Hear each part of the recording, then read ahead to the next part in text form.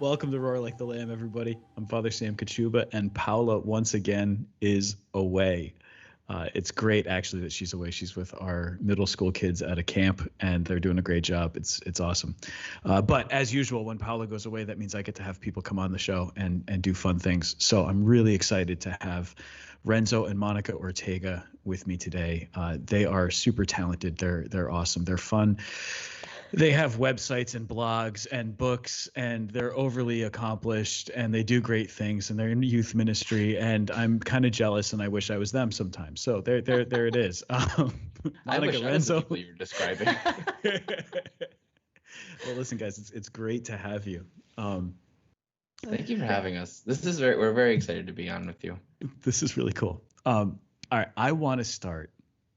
I was debating how we would start this. Do we go with like, how did Renzo and Monica end up together? How did they meet? Or do we like save that somewhere in the middle and like kind of tease out that there's going to be a beautiful love story that you got to like hang out and listen to? And I decided let's just lead with it and get it out of the way, right? Well, we met at a bar, and then no, I'm just kidding. So that is also beautiful for if the people that's how they met. Our story is very complicated, so we'll try to keep it short. Let me know if I forget any parts of it. Okay. Sorry, don't hold it against me. We actually went to the same elementary school together. So we went to St. Joseph's parochial school. We met there. I was 1 year ahead of her. So we knew each other throughout elementary school, and then in high school, we were friends and started dating going into my senior year, going to Monica's junior year. We were each other's only prom dates, and went to separate colleges, but continued dating throughout high school and college. And after Monica graduated, we got engaged, and now we're married and have 5 children, and one that won't nap. So that's and one that won't nap. Sorry. So how long have you been married now? 9 years in October. 9 years. Wow. Did I know you guys when you were in high school? I feel like I would have been like a newly ordained priest. Right, I was gonna say, were you possibly like a deacon? I feel like I may have met you like just before your ordination. That's truthfully possible. I don't remember Father Sam prior to the beard. So no, but you definitely you must have been around, because we were in and out of all these different types of ministries. So sure, yeah. I'm sure at some point you guys ended up at a Fan the Fire that I was at. Yeah, right? Yeah. Like one of those rallies at some point. Anyway, all right. I was trying to figure it out. I'm like, I feel like I've known them for so long, but I don't know how long. And I'm trying to put a number on it. You know? Yeah. Yeah. Okay. That's awesome. So you've 5 kids. Yes. Yeah. That's awesome. And then today you were telling me that you took care of additional children. Yeah, so actually the schedule got mixed up, so that'll be another day. But some of our friends are training to teach at RCA, so they need childcare. So we're gonna just do Camp Ortega and have, I think, 6 or 7 more kids join the crew for the day. Yeah. Okay. All right. After 5, everything's gravy. It's just all the same. It's all crazy. Chaos is chaos. I don't know how you do it. That's amazing. All right. We don't. You're still figuring it out the standards of like, oh, we have to feed you good food to just survive. The more kids, we just got to make it through. Sure. You start understanding why fried food is just so popular for kids. It's faster and easier. Yeah. That's amazing. I love it. All right. So tell me a little bit then about, like, you start dating as high school students, and we don't see this very often, right? We don't see high school sweethearts who get married. And when it does happen, it's always kind of a sweet dream, right? Everybody goes, oh, this is so cute, so beautiful. Isn't it nice? Like, my parents are high school sweethearts. They're each other's only prom date, same kind of thing. But I know that that's not always what happens. In fact, if I look at all the weddings that I've ever done, maybe a handful were high school sweethearts. Some of them knew each other in high school, and it was only long after high school that they connected and started dating. So what is it like for you guys to really literally grow up together? Yeah, it's been neat, I think, particularly in the area of like extended family, and like we've known each other's siblings and parents since we were little. So I think that's added like an interesting dynamic Hmm. because they don't, like, your brother doesn't feel like an in-law to me. He's like my brother, Hmm. and stuff like that. And I think there's, I mean, there's relationships are tricky regardless. So there's like good and bad that comes with knowing you forever, because like there's no um You know like everything. I know everything, Everything. and I like watched the growth happen, and I watched like the transition into adulthood. Do you take credit for any of it? A lot of it, his style, most particularly. The triple XL t-shirts from Walmart have That was the thing. That was the thing. Of course, thrown it was a away. thing. Yeah. It's really cool Early to because it 2000s. feels like a different lifetime if we just even if we look back at pictures from like our first Steubenville conference You in the look youth. exactly the same though, Renzo. I had less hair though. Identical. I had less hair. Yes. Trying to But differentiate myself from the 14 year otherwise old. he hasn't aged, right? Like if you had shorter hair and we put up a picture of you from that first Steubenville conference you ever went to next to you today, it's the same person. He still gets asked where's his chaperone all the Yep. time. If I don't have other adults that look older than me with beards, I'll Yeah. be stopped and like, "Where's your chaperone?" I'm Yeah. 30. And he gets ID'd all the time. Yeah, Like, but it does still feel like a different lifetime. yeah. I'm a more mature person on the inside, if not on the Okay. outside. Yeah. No, but just the we could really appreciate the growth from in just how we've grown as people, grown in our faith, just grown in the way we see life. Has It's amazing to see from because we were dating. Monica was 16 and I was 17, and we were just very different then. And there was just a lot of maturing together that had to happen in order for us to even stay together. Because if we had kind of gone on our own ways and figured life out on our own without maturing within the relationship, it wouldn't have stayed together. And I think that was that, and the fact that we were both pursuing Christ together Yeah. in the most crazy time of your life when you're trying to figure everything else out. And that's what I was gonna say. I think, I mean, we started dating after having like a real encounter with Christ at a youth retreat, and it was then that we both like individually made this commitment to our faith. I mean, we were raised Catholic, but like really kind of made it our own. And I think because of that commitment, we like looked at each other and we're like, okay, if we're gonna date, like it's for real, and it's to be, intentional about it. And also because like we had already known each other for so long that it was like there's not that getting to know you phase of dating, because we had done that. It was a lot of I don't know, like even as a young kid, like we were preparing for marriage. Like we just knew once we started dating that was the path we were on. I do think though, and this is I'm not sure. This is just something that's coming to mind, but I do think that in our marriage prep and as we got engaged and into our first years of marriage, there was a lot of, I think, just a different experience than most couples would have because we had already grown comfortable with the way we were with each other. So I think the beginning years of marriage required a lot more growth than we realized because we thought like, well, we've been together for so long, everything's gonna be fine. That's true. And we were really challenged by what the demands of marriage after our vows prior than before, as opposed to before. That's an interesting point because you would think, yeah, you guys had known each other for so long. I mean, so many years that if you've grown up that way together, then what is there to learn? Right. What else is there? But then in marriage, so what was it for you guys in marriage that changed, that made this something that required that extra level or something more? Well, I kind of blame Boy Meets World for a big part of it, just because like I just grew up. Just this romantic. Are you not Corey and Topanga? Is that not how this works? That's what he. Apparently, they have a life off the screen too, which is just that you kind of go into marriage thinking, especially because we knew each other for so long, that our love was gonna guide us and everything was gonna be great. And as soon as we started hitting bumps in the road, and I can't think of anything specific, and I'm sure Monica will be able to give us good examples. But as soon as we started hitting bumps in the road, realizing that we didn't know how to function well when things weren't going well, loving in the moments that, like, yeah, everything isn't great, and it's not the on-screen part of Boy Meets World, but probably what they would be doing off-screen, because it's not fun to share these negative things or things that are coming up because of the sacrament. And that's where I think we struggle the most. I know I struggle the most with that part. I mean, I think that's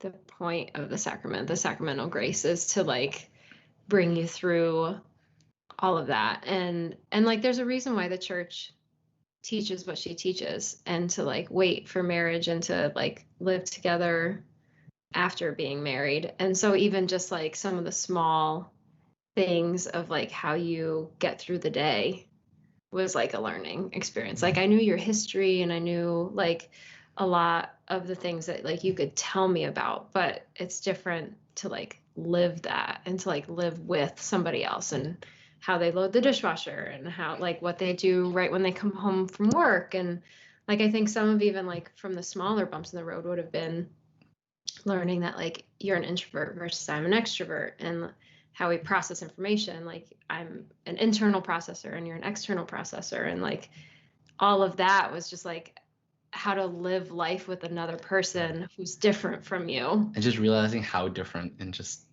being like, why are you this way? Why do I have to say it this way for you to understand? There's just a lot of that, of that we kind of assume like, well, we dated for so long, this would kind of be taken care of. But if anything, getting married really revealed like, no, there's a lot of differences here and a lot of ways that you need to learn to love each other better, which we just weren't ready for, but we're very grateful for, because without it, we wouldn't be the people we are right now and the types of parents and husband and wife we are. I mean, there's like no way to really prepare for all of that. Like that's the new part of life that you're entering. And I'm grateful that we learned that stuff, because now our kids, like we have 5 other people who live with us who are very different from us. And you're like, why are you doing what you do? Or like, oh, that's your mom. Uh-huh. Like, oh, that's mommy. Or that's daddy. Daddy does that.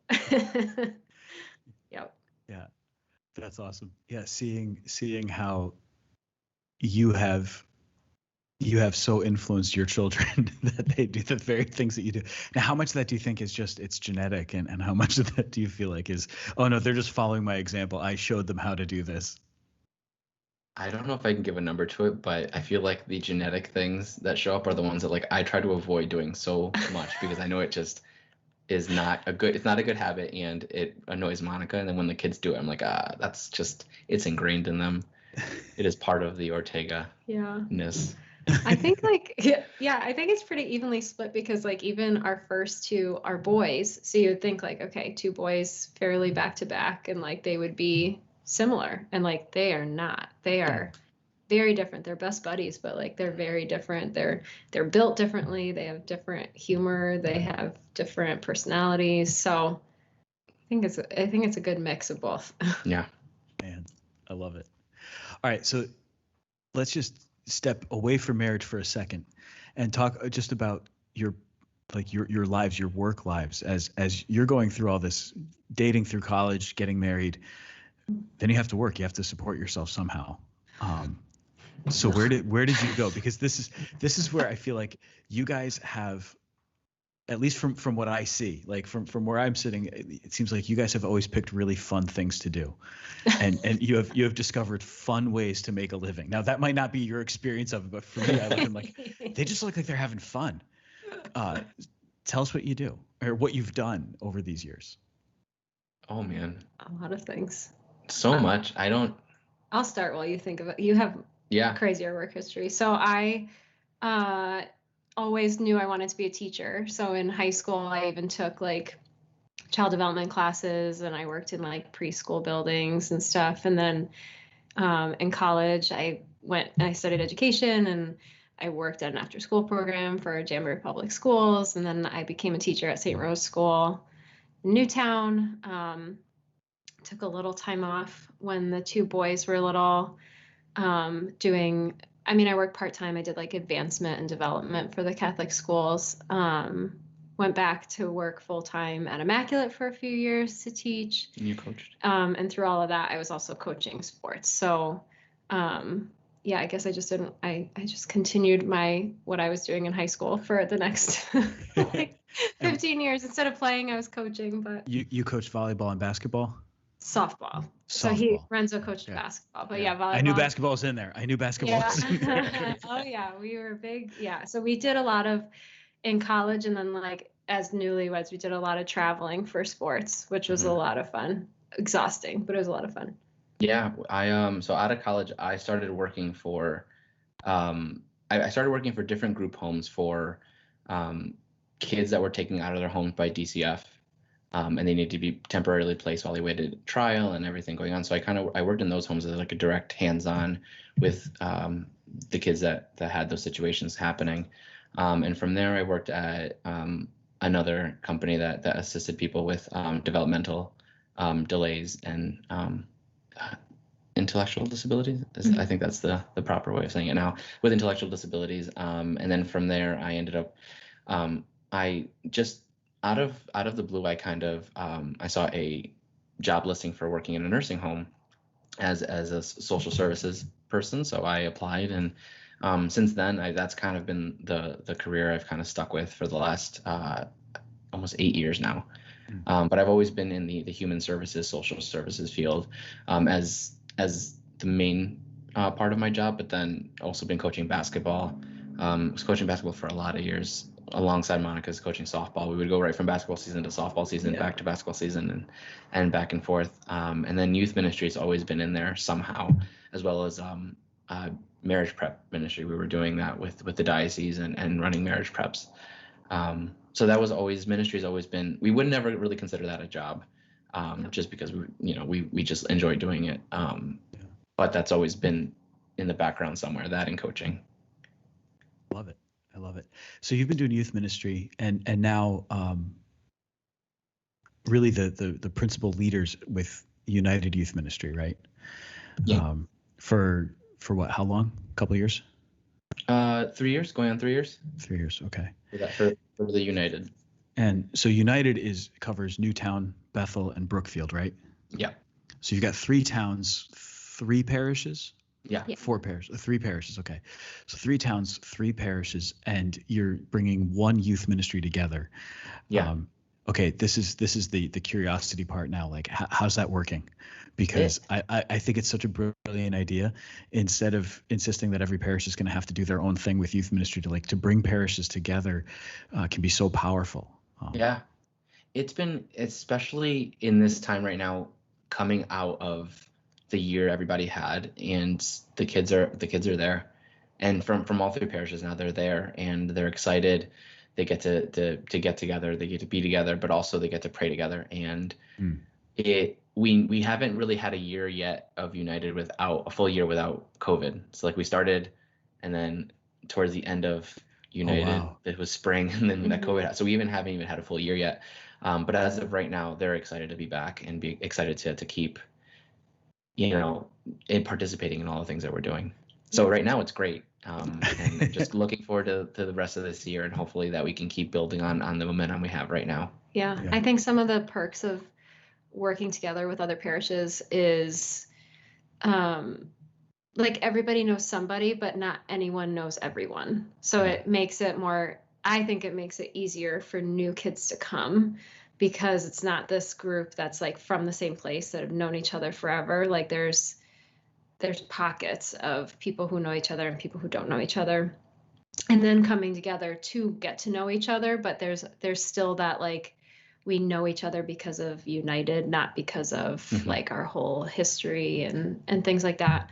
And then also having adults. So by like branching out and having more parishes, it means that there are more adults to help support the teens, and more adults to just help like navigate all the different things that happen in a meeting or behind the scenes, and communicating with the teens not on Sundays and things like that. And that's really we've really been able to collect all the talents in one place, because everyone has something to give, but maybe not everybody wants. Because typically with smaller parishes, like the people who want to volunteer in youth ministry kind of end up being put in the leadership role, but some don't want that. They want to just be there on Sundays and help any way they can. And our ministry has been able to do that, where the people that want to help can help in the capacity that they feel comfortable with, and they feel that their gifts are best given in a particular way.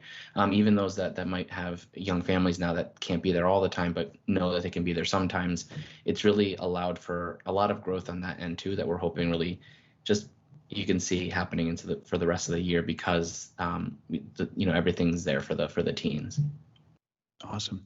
What would you say to priests who maybe don't have youth ministry and feel like they can't do it, but there's another parish close by, or to priests who are hesitant to do anything like join forces with another parish for youth ministry?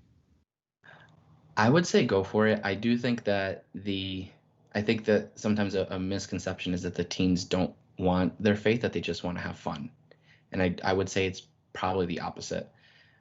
When the kids have when the teens have something to go to that they know is different than everything else in their lives, there's a draw there. So if they know that maybe their parish doesn't have a program, but their parish is partnered with another parish, and this is for them, they will at least go check it out. They will at least go see, all right, what is this about? What can, why are they putting the money towards this? Why are they promoting this so much? They will want to check it out. And if you could give them Christ in some way, whether it be by, encountering a adult core member or a group of friends or something where it's just different because they've been longing for that and they haven't found it in all the other aspects of their lives. I think it's worth taking the leap, even if we can't see, we don't know how this is going to turn out, but in the moment, I know that taking the leap was worth it. Yeah. And as the priest of the parish, your flock best too. So to be that support person for whomever you bring in, to be like the point person for the various parishes, may or may not be from one of the parishes, but to be a good support. Like, you are part of the core team, like you are part of the youth ministry team as a priest, to like invite the teens and invite the families because you know them best instead of kind of the stranger. So like, here's this place that I think will be really great for you. But you are the person that they trust. So to be that is, and just in general, I know teens seem scary to people who don't work with teens, because I think a lot of us have ideas of or have experiences from high school that were just not pleasant. We were that. Yes, we were the teens that were very disruptive all the time. I was really disruptive when I was in youth group. But I think the teens do want good adults and good mentors and want to be able to ask questions and have people that can just give them insights into things that they don't really know where else to go to. Or just have somebody that cares about them. Yeah. Because they're like, you don't have to be here, but you are. So why? So often they need somebody who's not a parent, right? Yes. They need somebody who's not their parent, who's not their teacher, who's, in other words, people whose job it is to care for them. When they've got just an adult helping out with youth ministry, all of a sudden they see that this is somebody who cares for me just because I showed up to this thing, not for any other reason. That's so important. I think another thing, a lot of times priests get nervous that if the youth ministry isn't happening at their parish, if it's not physically located, in my building, then the teens from the parish and therefore then their families are going to jump ship and go to another parish, and I'm going to lose families from the parish because they're going to this place that has youth ministry. And I'd say, like, my own experience here at St. Pius, we have kids who come from other parishes who participate in youth ministry, and they have not come to be part of our parish. They still belong to their own parishes. They still go to mass there and everything. Their families have not abandoned their home parishes, but they're taking advantage of the fact that we have youth ministry and their own parish doesn't. And that would be my thing, is don't worry about people leaving. It's going to work. And actually that's been true for ours too, because though we haven't been able to have like a full time without COVID, we have had teens who are, for example, part of St. Rose and are still part of St. Rose, and same with St. Mary's, St. Joe's. Like, the parents haven't jumped ship.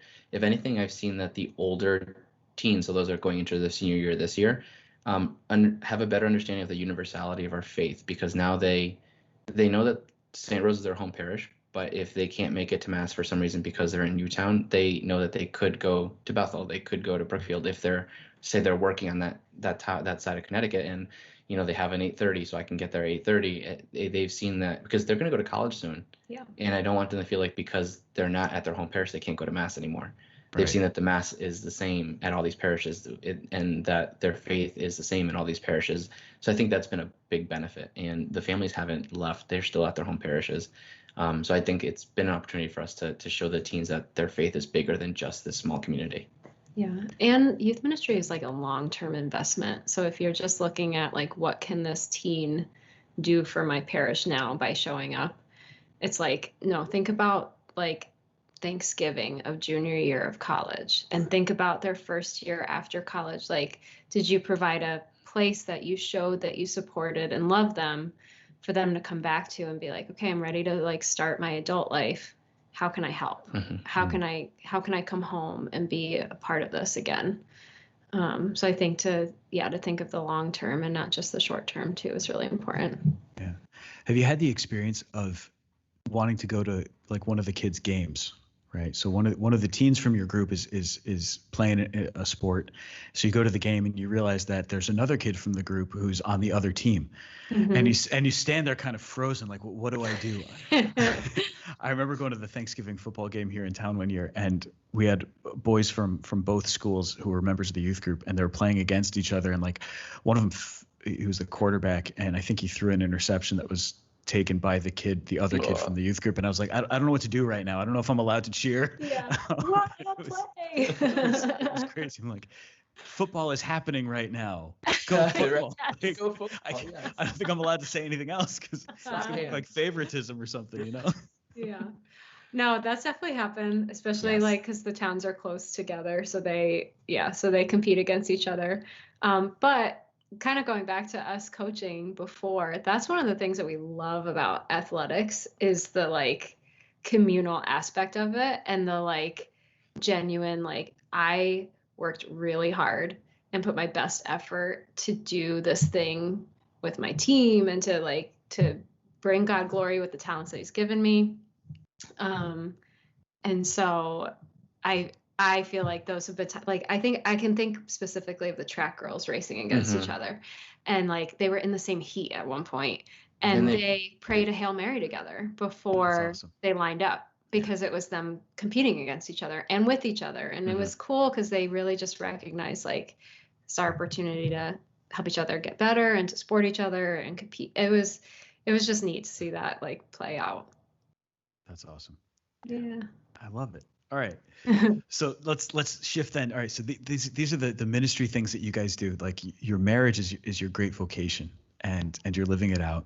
And then I really think from the fruit of that love that you share with one another, it's not just that you have these 5 beautiful kids, but that you also want to give of yourselves generously to the community. And so you're taking care of youth ministry and helping these young people to have experiences that you had that led you to your vocation in the first place, right? Yeah. If it wasn't for that Steubenville conference that you went to, would your marriage be what it is now? No. We wouldn't be married. We wouldn't be married. No way. We started dating right after the Steubenville conference. Yeah. Was that like a Jesus told you that you needed to date each other? Jesus told her. I knew. He was committed. He told me before. Wait, okay. Hang on. Monica, Jesus Friends told you? Yeah, honestly. Like, tell me that story, because I didn't know that. This is great. So she friend zoned me for like 8 months. It was terrible. Yeah. So it was so funny because. So wait, Renzo, that means you were trying. I was. And then you went on. Did you go to the conference to like impress her? Like maybe this will break her out of the friend zone? No, it's funny. We were going to go to the conference, and she had a softball tournament that week, and she wasn't even supposed to go until like the week of. Okay. And I like called our youth minister, and I was like, my tournament got canceled. I was the annoying person that's like, is there any way I can still go? It's like 3 days. And she's like, actually, I bought an extra ticket just in case somebody could go last minute. And I was like, that's me. And then we went like trying to make a joke. Like we were so not into it for the right reason when we drove out. Sorry, for any youth ministers who just have the most annoying, poorly behaved teens that are just like, why do they come? They make fun of everything. They're so disruptive all the time. That was me and Monica and our little group of friends that went. Like we were going to have a competition. This was like before Snapchat, but like to see who could get the most phone numbers from people while we were there. It was the competition. That was what we talked about on Friday. And we went into the praise and worship and we were like, what in the world is happening? Making fun of everybody who was like dancing and singing. We were so rude. So rude. Those terrible people. Okay. Yeah, so it was during it started like during Adoration Saturday night where we both but I'll just share my side of the story, like realized, no, like Jesus is real and Jesus cares about me and he loves me. And I went to confession for the first time since confirmation because I was really, my parents made me go to youth group because they were like, you are a mess and you need God. It's like, please go to youth group. And now you realize how right they were. Oh yeah, I was a mess. So, and just like Jesus invited me to confession, and which was beautiful. And then it was like the next day, just like sitting and praising and worshiping, like, and just being thankful for everything that he's given me that I've ignored for these last however long. And like just the realization that I've had Renzo as such a good, dear friend who's been, despite both of our messes, like really trying to like keep me on the straight and narrow and like support me and help me and love me. And yeah, so again, because we're those teens in youth group, I made the first move in the back of my youth minister's minivan on the way home from Steubenville. I kissed him on the way home. So bad. God can make good out of anything. He answers prayers. That's fantastic. And it was in. So well, and I guess we should have mentioned. Well, I didn't know if we should have mentioned this at the beginning when you asked about how we met and everything. But so this was at Franciscan. We went out to Franciscan for our student meal, and then our youth minister was insane to take us out to Ohio. Like there were conferences close by. Yeah. No, we drove 12 hours because we were stuck in traffic each way. Awesome. And but then the summer we got engaged, we actually took another group out to Ohio, and it was a day before. It was the day of our first adoration together. So like, I think 6 years to the day, 6 years, 5 years, 5 years, 5 years to the day of our first adoration. That's when I proposed, and the same place that we were when we met Jesus for the first time. Yeah. So yeah, so that's been part of our story too, is that if we hadn't been to Franciscan, if we hadn't gone to that conference, like we would not be married, and we knew that, and we gave everything to Jesus because of that. Oh, that's so cool. You know, it's funny because as a young priest, when I was a young priest, I took a group of kids. We did our mission trip, and then as the kids got older, and I left the parish and stayed in contact with some of them. In fact, one of them just got married last year, and I did his wedding, and it was so cool. Like watching one of my former altar servers, former youth group kids getting married, just to be there with him. And his younger brother's getting married next year, and I'm going out to Philly to do that wedding, and I'm just so excited for him. Anyway. I remember sitting with these two boys, then, college students, young men, and they said, Father, did you know that after most of those mission trips, like there were always new couples, like, and we kind of went to see, hey, could we maybe meet a new girl who we haven't like really talked to before? And did you know about that? I said, yeah, I knew about that. How did you know? I said, well, you guys weren't real subtle about it. It was pretty evident what was going on, but because everybody was sincere and genuine, I didn't think there was anything that I had to worry about. It. So if you guys had been behaving differently, I would have probably stepped in and told you to knock it off. But it was all really innocent and good, so I didn't worry too much. Plus, you guys could all do really a lot worse than the kids who come to youth group. So if that's where it's happening, then hey, good. There's commonality. There's a good foundation there. Like I'll take it. Yeah. Yeah. Right. Exactly. So. Yeah. Well, so that's funny because I always say I only went to youth group because there was a girl who I liked who was going to youth group, and that's why I started going, and that's why I ended up a priest. If it wasn't for youth ministry and the fact that I had a crush on a girl who was in youth group, that's awesome. I never would have encountered Jesus in the Eucharist either. Yeah. See, this is how Jesus works to get us vocationally to get us where we need to be. Yes, God puts our desires there for a reason, and He uses them. That's fantastic.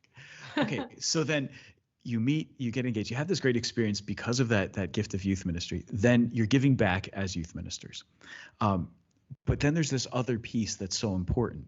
right? It's not just that you had a tremendous experience in youth ministry that led you to that encounter with Jesus that helped you to discover your vocations. It's that encounter with Jesus is ongoing.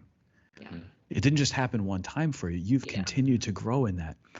And then to come to the sacrament of matrimony, to come and understand your vocation to marriage, and then how you're living out that vocation to marriage. Well, then this is the next really cool part that I want you to talk about, right? Is how you have given yourselves in that helping others get ready for marriage, in pre-Cana ministry, in marriage preparation stuff, and how you've helped them to really dive into what their vocation is.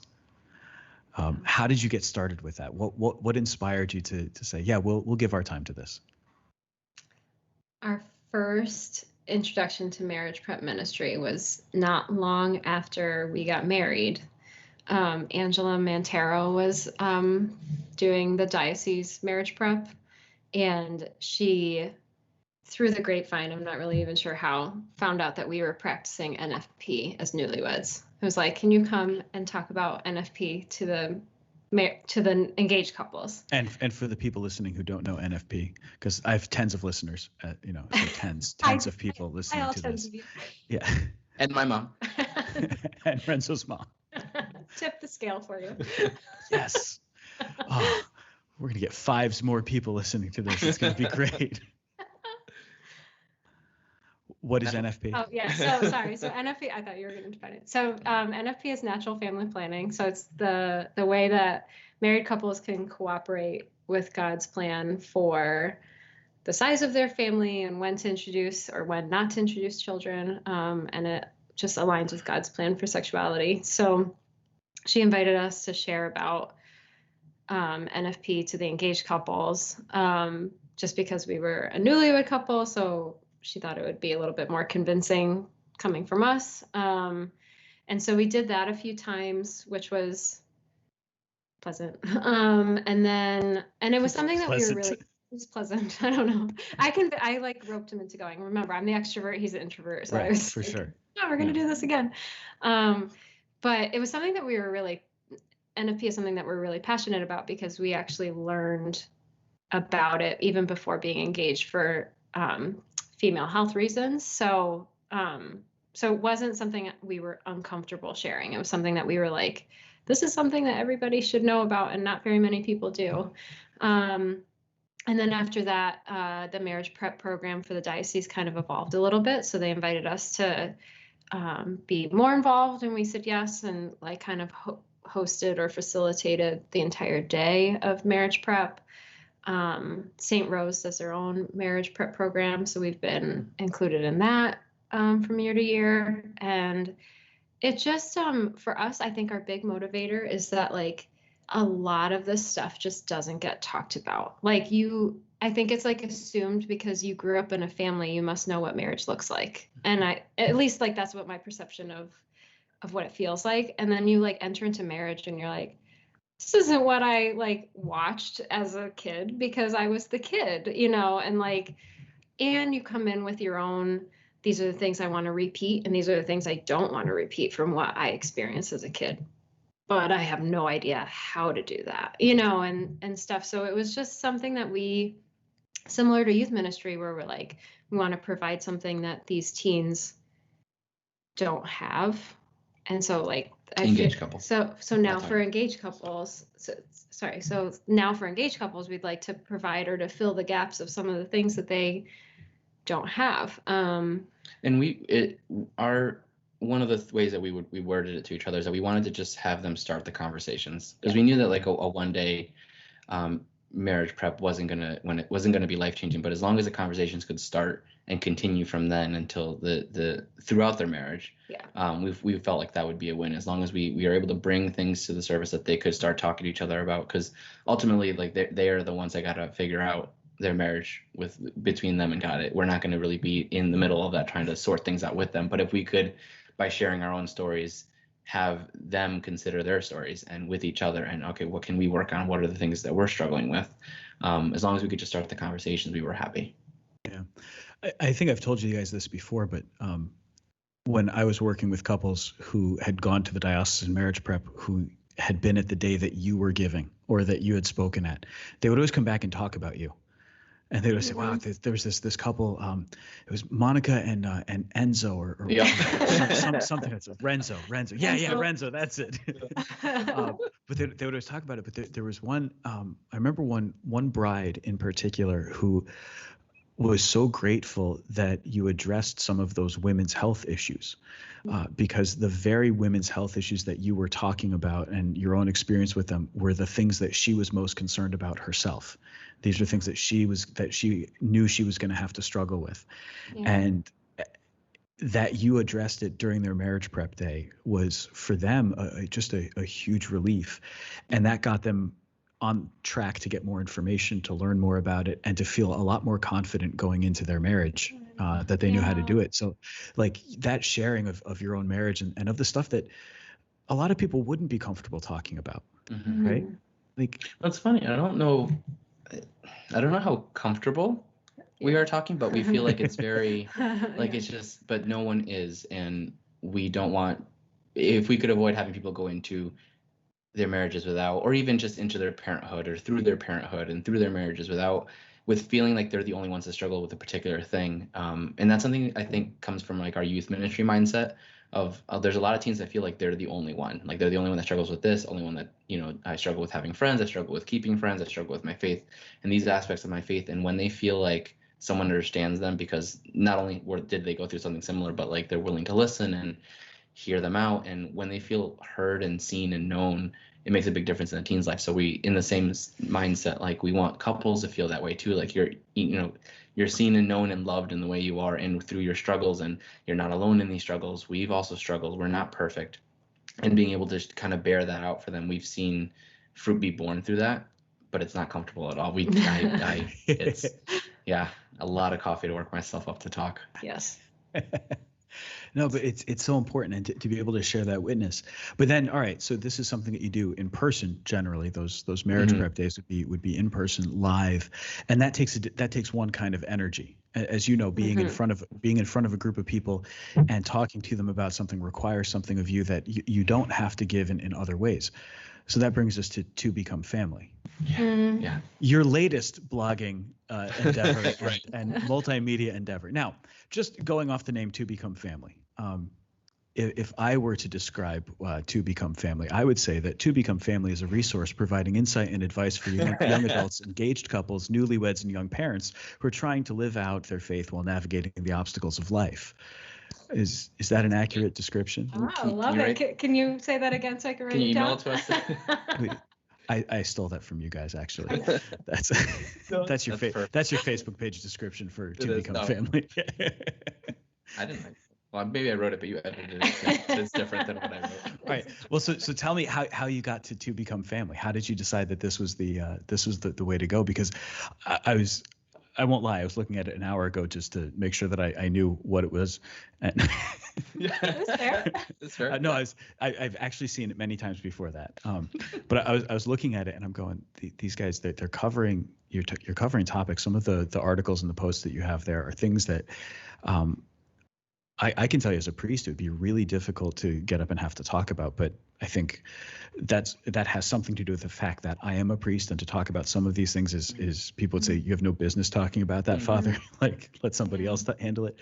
But you're talking about it, which is great. But at the same time, it's something so close to your heart and something so intimate in your relationship that to be able to put it out there requires, I think, just a real vulnerability and courage. So thanks for doing it. But why are you doing it?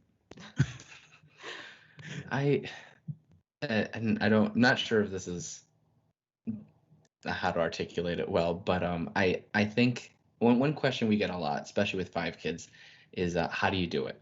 And then even I think you mentioned it part of like, how do you do it? And I think in most parents that ask that question, I feel like look at our family and then look at themselves and maybe feel like, well, I could never do blank. And one of the motivations of To Become Family was to kind of give people an insight of our struggles, so that they know that this is not because Monica and Renzo are great or because the kids are great, but it's God's grace. And then for them, hopefully, to feel confident that if God can work with us, God can work with anybody, and God can work with you, and God is choosing to work with you. You two are the couple that are together by God's grace, He's given you these children by God's grace. You are their parents by God's grace, and you are the parents that were made for them and meant for them. And we want families to feel confident that they can lean into the sacrament and have the families that God wants them to have.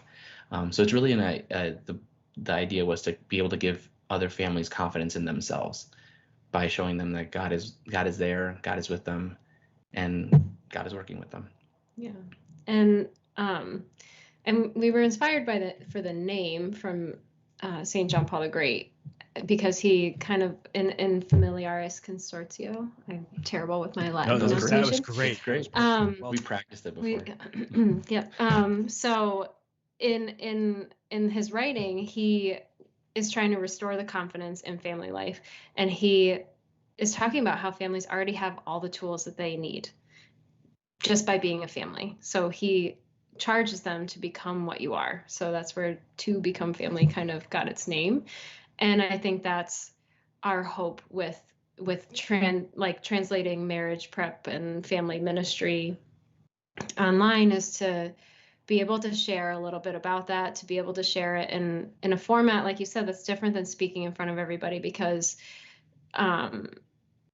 you can be a little bit more vulnerable in your writing. You can also be a little bit more calculated in your writing. So like you make sure you actually say what you want to say or mean. Yeah, you can edit it.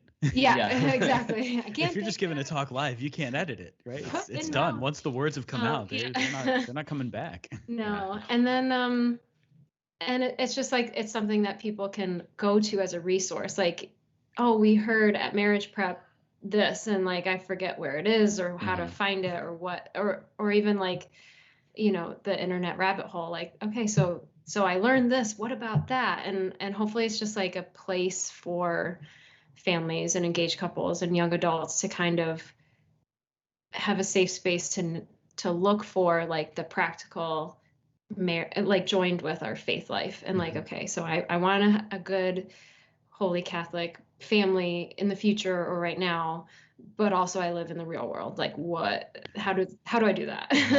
Right. So awesome. Yeah, it's funny, and I think this is my own experience being a little just maybe more familiar with large family settings than most people are. I don't come from a large family. I have one brother, and it's just the two of us.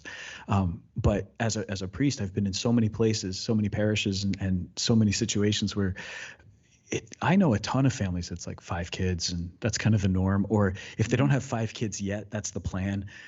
It's 5 kids or more.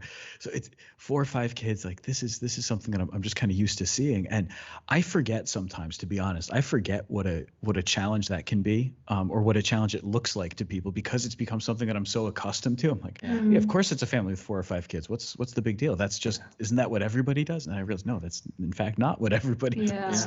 Yeah. But yeah, of course there's challenges with it, but at the same time, you're right that there's this component of God having a plan for your family life, and so wanting to work with you, asking you to be cooperators with Him. Right? That's the in the nuptial blessing, right, at the wedding, it talks about the one gift not forfeited by original sin, and the one gift not forfeited by original sin is children.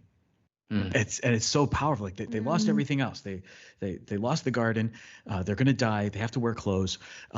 But before, like, all of that, still fundamental to the union of man and woman is that command: be fruitful and multiply, and to raise a family, to have children, and to bring them into that relationship with God.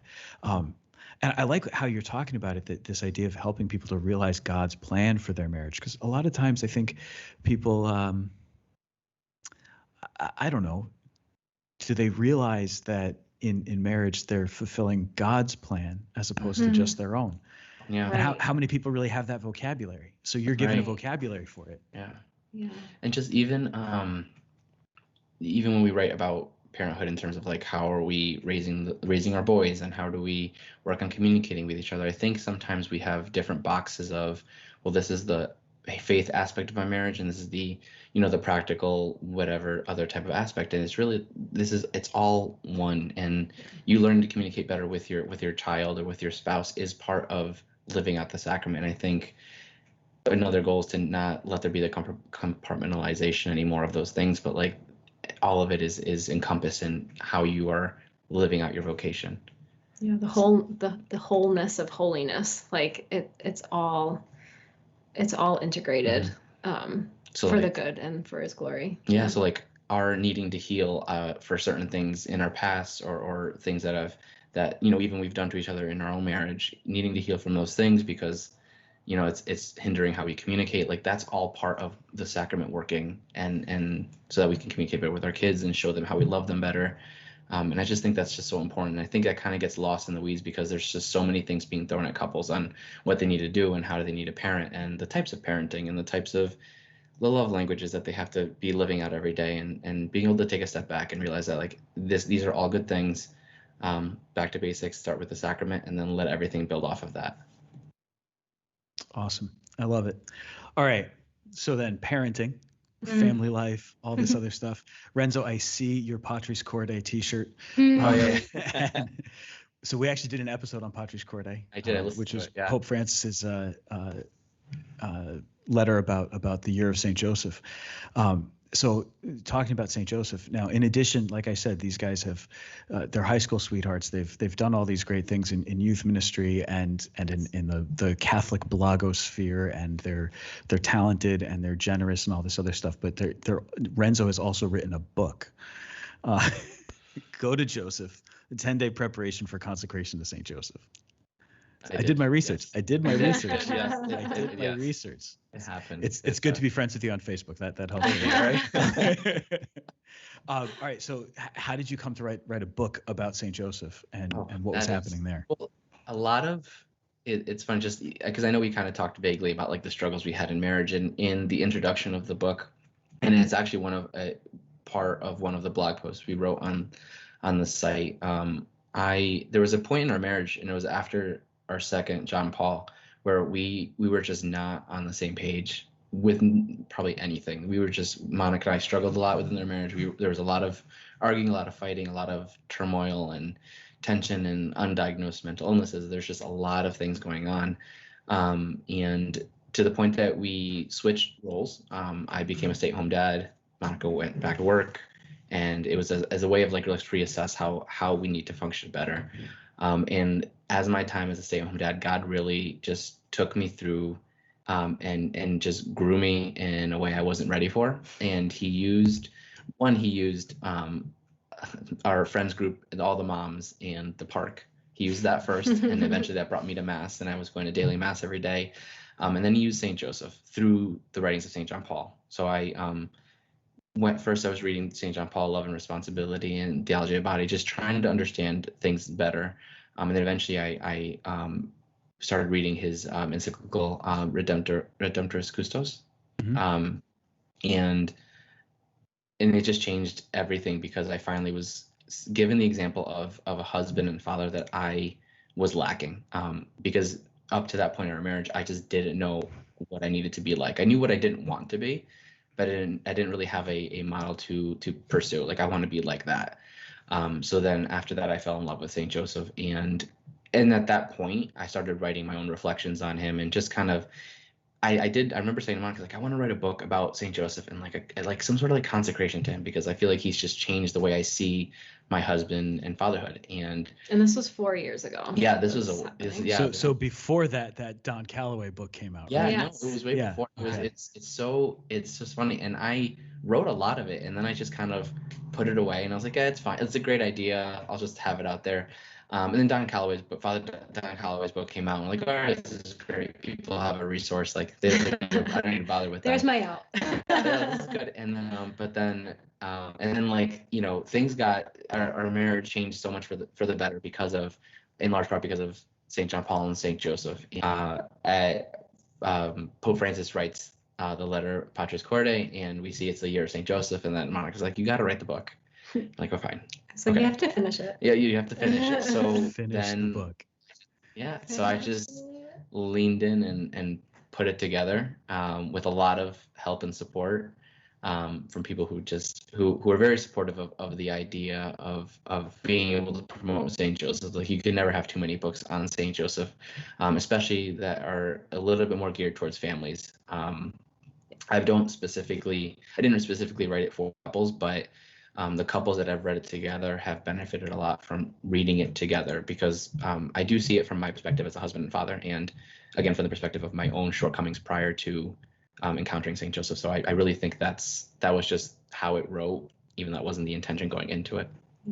And the intention, though, the intention in finishing it, though, was to also make it something, again, coming from the youth ministry perspective of like, I want the common kid in youth group to read this. So I want like the common family. So if you're not somebody that like reads religion books all the time as like, that's what's on your nightstand, you wanted this to be something easily accessible for people as an introduction, or if this is something that your family already, prays with St. Joseph, this could enhance that. So yeah, and it only did 10 days because I think 33 days is hard for most people, and I think people should strive for 33 days. But again, as an introduction for someone who's like, I wanted to learn more about St. Joseph, but just 33 days seems so daunting to me, and the books are so thick, and like, oh, this is a little one, just a little one out. And I think it's a great way of introducing them to a different aspect of our faith that I don't think it is really as accessible, or because I think it's a little intimidating when it's a big, thick book that you have to read. Sure. That's great. All right. So you write this book, encouraging people to St. Joseph. You wear this T-shirt, encouraging people to St. Joseph. Not only do you wear the T-shirt, but I believe you're one of the models for the company that makes it. Yeah. Was this like the Catholic dad models that they're going for or something? Basically, yeah, exactly. That cracked me up. I saw that and I'm like, that's Renzo. What is this? Interesting. Did you buy the shirt I was wearing? Maybe. I don't have enough opportunities to wear cool Catholic T-shirts. And like those opportunities are far too and few and far between. Yeah. Anyway, okay. But then the one that I got really excited about was you sent me yesterday, the preview to the Knights of Columbus, St. Joseph, Our Spiritual Father series. Yeah. How'd you get involved in that, and what is it? What's going on with it? Because it looks really cool. We can answer part of that with how we got involved, because so actually, Monica, you know more about that. Yeah, so we have a few friends that work for the Knights, and I guess there was a meeting. They were just kind of brainstorming this documentary and talking about different plans for the documentary, and one of the people at the meeting said, hey, there's this family that's writing a blog, and they are on Instagram, and they wrote a book. And the husband just wrote a book about St. Joseph. Does anybody know them? Because they're from Connecticut, and this meeting was happening like at the headquarters in New Haven, and one of our friends said, yeah, sign them up. So she kind of like texted and was like, hey, do you want to be, interviewed for this documentary for the Knights? And both of us looked and we're like, yeah, that sounds great. Because I mean, we've done interviews for the Diocese of Bridgeport where you sit on a stool for like 6 or 7 minutes and you talk a little bit, and then, they edit and you have like a 2-minute clip and they're like, St. Joseph is great. Look at these guys. They love St. Joseph. So that's what I think you did one of those here at St. Pius. I think they came and filmed you guys for one of those. Yeah. Right. We were in the choir loft. Yes. Yeah. Right. Yes. And so we had done that. And then after we had committed, we found out that this was like a 12-hour. The crew comes and sets up everything in your house. Please make sure it's kind of clean and doesn't look like 5 kids live in it. And we're going to interview you both for an hour each. Well, we found that. We found out the hour-long thing as they were setting up. There. They're like, yeah, it'll be an hour interview for you, an hour interview for you. So they interviewed us separately, which we weren't prepared for. So you didn't know what the other one was talking about. We like this better. Yeah. No, and they asked similar questions like, how did you get involved with just everything you could think of with St. Joseph, and kind of the story I shared with being a stay-at-home dad. They asked a lot about that, at least for me. I don't remember what they asked. Well, I wasn't similar, there. Yeah. And so we don't know what the final product is actually going to look like. Yeah.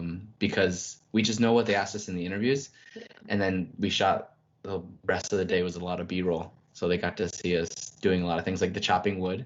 Yeah, that was a great.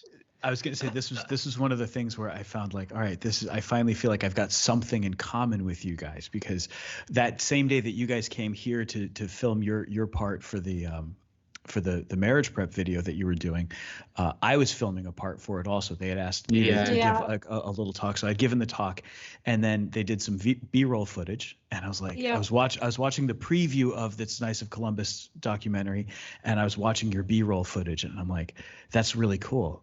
My B-roll footage was me genuflecting, and then kneeling in a pew, and then and playing frisbee. And well, so that was but that wasn't intentional. That was I went back to the rectory. I thought I was done, and they were walking outside, and I was taking the dog to play frisbee, and they're like, "Oh, we're going to film this too." So I was playing frisbee with the dog in the field, which was great. You know, Duke made an appearance, and I've never seen the video though. I've never actually seen that video. Great. But then it's great. But then I was watching yours, and I'm like, Renzo is like, he's a lumberjack in this. He's just wailing away on this log, and there's like high definition splinters flying towards the camera, and it's like, how come I couldn't get a cool manly thing like that? But you know what? All they want with a priest, all right? And like, unless you're Father Mike Schmitz, the only thing they want a priest to do for B-roll footage is genuflect. And just demonstrate that you can genuflect correctly, or that you can straighten a candle on the altar. That's really all we want. Or like maybe you sit and laugh with some people who are sitting there. Like, they don't want priests doing anything cool, but like Father Mike Schmitz, he gets to lace up his shoes and go for a run and like lift weights and stuff. And they're like, yeah, because this is what a real man is. And I'm like, there's so many priests who do cool stuff, and all you want us to do for B-roll footage is genuflect. So all you Catholic producers out there, give us some other stuff to do when you need B-roll footage. We don't know what we're doing as it is, you know? Yeah. Anyway, that's my rant. I support it. He doesn't even chop wood, though, I don't chop. Well, I do. Shh. People might watch. No, it was funny to. I couldn't see really well. It's like, was that like a real axe, or was it like a hatchet? No, it was like a hatchet. But it's funny because they're like, all right, they're setting up the scenes of like, all right, we're gonna do B-roll doing this.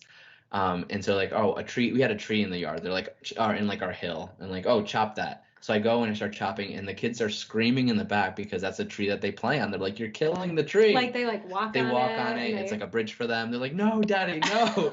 So like that's why you can't hear them in the background. But I was like, "Why are they yelling at me?" And Monica's like, "They play on that." That's like, their favorite tree. We'll do something else. The stay-at-home dad doesn't even know where his kids play. Right?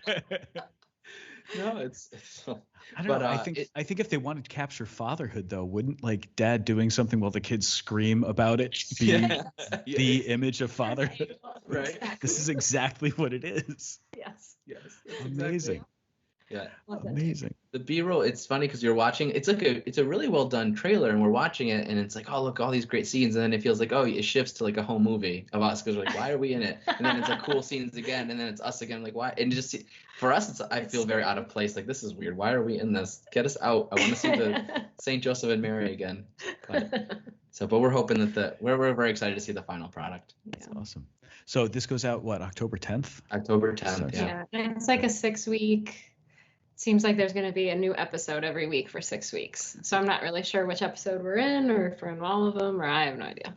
Is it online? Is it on TV? Like where do you find it? It's going to be on ABC and the affiliates. So hopefully we can like share links. How did the Knights manage to get something like this on ABC? I have no idea. That's amazing. Yes. Yeah. Right, yeah. That's so cool. Very cool. Yeah. Yeah, I mean, nerve-wracking though, because people are gonna see our faces. Yeah. And my chopping everywhere. Hatchet. The little hatchet. Yeah. Somebody's gonna send you a real axe and be like, "Here, looks like you need this." That's not the right tool to use for that kind of wood. Yeah. But no, it was so I mean, I'm grateful that we said yes to something we didn't really know we were saying yes to, because if we knew, we would have said no, because it was such a difficult day to keep it together. Analogous of marriage. Yeah, exactly. Nobody see what really happens, please. Yeah. But you did it, and that's awesome. I love it. You did it. You survived It's going to be great. I'm looking forward to this. I didn't realize that they were doing something like this, so I was grateful when you sent me that link yesterday. This is going to be cool. This is really cool. I love it. I can't believe they're on ABC doing it though. Yeah, that's amazing. I don't know what ABC and affiliates means. Like I don't know who's affiliated with who, but I'm just excited it's going to be on TV. Yeah. And like just to be able to get that message out of St. Joseph, like that's life changing. Yeah. Well, and talk about just the evangelical value, right? To use whatever means you can to evangelize. Mm-hmm. That's such a cool thing. Like let's take advantage of the fact that we've got this multimedia presence. So you guys, you've got a blog, you've got your social media presence, and you're putting things out there that are important for people to know. To participate in something like this for the Knights of Columbus, that there's this way to evangelize, to share something amazing about family life and fatherhood in particular, that we need to hear that right now. Like we're living in a time when we need to hear that, right? Yes. To be able to put that out there. And just that the evangelical value of it. I was out today before we recorded this. I had to go out and I do like my grocery shopping and stuff. So I was out and I had stopped. There's a liquor store that a parishioner has, and I just popped in to say hello to him because I was going to be in the neighborhood. So I went in to say hi, and we just had a quick conversation. Then I went grocery shopping, and in the parking lot grocery shopping, I ran into a lady she owns a restaurant across the street from the grocery store, and she said, "Father, come get baklava." And I said, "Oh, okay, I'll come by." She goes, "No, now, come now." So I'm like, I finished putting my groceries in the car and I drive across the street, and she goes running into her restaurant. She like comes out with a bag full of like baklava and hummus and stuff, and she's like, "Here, Father, thank you. Pray for me." That's awesome. Yes, this is great. I love it. But it struck me as I was driving away from that like this is one of the evangelical opportunities. Yes. Mm-hmm. And it's one that as a priest, I think I have a little bit uniquely in that I have to dress a certain way. Mm-hmm. And so if I walk into something like there's a priest here, people realize it, and there's an opportunity there to evangelize and to share something with them that maybe they wouldn't get otherwise if they don't actually meet a priest. If they don't actually talk to a priest, they think, well, priests are just kind of crazy, or priests are mean or overly strict or something. But I think the same thing would happen for you guys, and you go out and you've got 5 kids, and a lot of people we are look and think, But I think a lot of people think, oh, 5 kids is too much, and how could you possibly do that? And they can't see that there's joy or there's beauty in it, or they wouldn't see that in fact your faith, which they might stereotypically look at and say, oh, well, that's why they have 5 kids, because they're Catholic. Yeah. But they would look and see, no, 5 kids, and their Catholic faith is so dear to them and so important to them that it inspires everything that they do, even beyond just having children. I mean, that's the power of it. So that family life itself is an evangelical opportunity, you know? Yeah. Absolutely. Yeah. Yes. And that's the big reason why we put, and it's tough to put so much. There's a line of like we're putting a lot out there like on social media, on the blogs, but it's kind of like we want people to share in the just seeing also like this is family life. Like when we do youth ministry, for example, we try to do it together as much as possible because that's who we are. We're as part of this family unit. When we go to like one of the kids' swimming lessons, we try to go as a unit, and that's just something that we've chosen to do. And as hard as it is, we want to do things together. One, the kids love being together, but we also do want people to see like this is family life. This is the chaos and the joy that comes with it, and just to not be afraid of. I do think there's some families sometimes that get afraid that because my kid may act, I should, stay home or keep, let's try to figure it out. So like now all the kids are there, but yeah, they're all going to act up to fine. That's part of family life. It's beautiful and it's great. And we just want to show that so that other people, so encourage it so that people are also encouraged that like, okay, so we can live our family life in it, even though it doesn't feel like it's perfect. I think precisely seeing that it's not always perfect, that's the key. Yeah. Our lives as Catholics aren't always going to be perfect, but we do it anyway. And to be able to share in the struggle with one another, to talk about it, and to make it something that, this is normal. It's normal that you're going to, in striving to live your faith, succeed sometimes and fail other times. And God is present anyway. In your marriage, God is present, and there's so much that God wants to do through that marriage. So, I mean, you guys, and through your marriage, how you're not only bringing life into the world, but how you're ministering to the needs of young people, how you're helping engaged couples prepare for marriage so they can do the same thing. So their marriage will be the thing that not only brings children into the world, but ministers to the needs of others. That's the power of what you're doing. So I love it. I'm excited. This is Thank you. So cool. Yeah. Well, listen, we are running out of time here. So I just want to thank you again for being here. Where can people find your To Become Family stuff? So we're on Instagram at To Become Family. That's TWO. Yep. And then the website is also tobecomefamily.com, TWO. Yeah. So that's where the website's where we like share our blog, and Instagram we post more frequently, like little thoughts here and there in the feed, and then in the stories I just kind of share things from other accounts that I think are helpful, or just pictures of family life and daily life, and the dog and the kids and the mess and and we're also on Facebook at To Become Family, TWO Become Family. And the book is, again, Go to Joseph, the 10-day consecration to on Amazon. 10-day preparation for consecration St. Joseph. There it is. Yeah, there it is. But if you type in Go to Joseph, it's the first one that pops up, which is cool. Yeah. Awesome. So. I love it. Yeah. All right. I'll put all those links in the show notes, because this is a podcast and we have show notes. Oh yeah. Awesome. I'm fangirling over here. This hardcore. is awesome. Yeah, that's the idea. I just want fans. No. I want people to benefit from what you're doing. It's so good. No, and I think this is something so important, especially as when I sit down with couples who are preparing for marriage and I see what they're doing. The fact that they're coming to the church to get married by itself is a huge deal. And I just so want them to really be able to embrace the beauty of their faith and to understand it and to live it out. So I love what you guys are doing, and I'm so grateful for it. So guys, this is great, and I really appreciate you making time for this. Yeah, thank you so much for having us. This is fun. Awesome. All right, this is Roar Like the Lamb. I'm Father Sam Kachuba. This is Renzo and Monica. They're amazing. God bless you.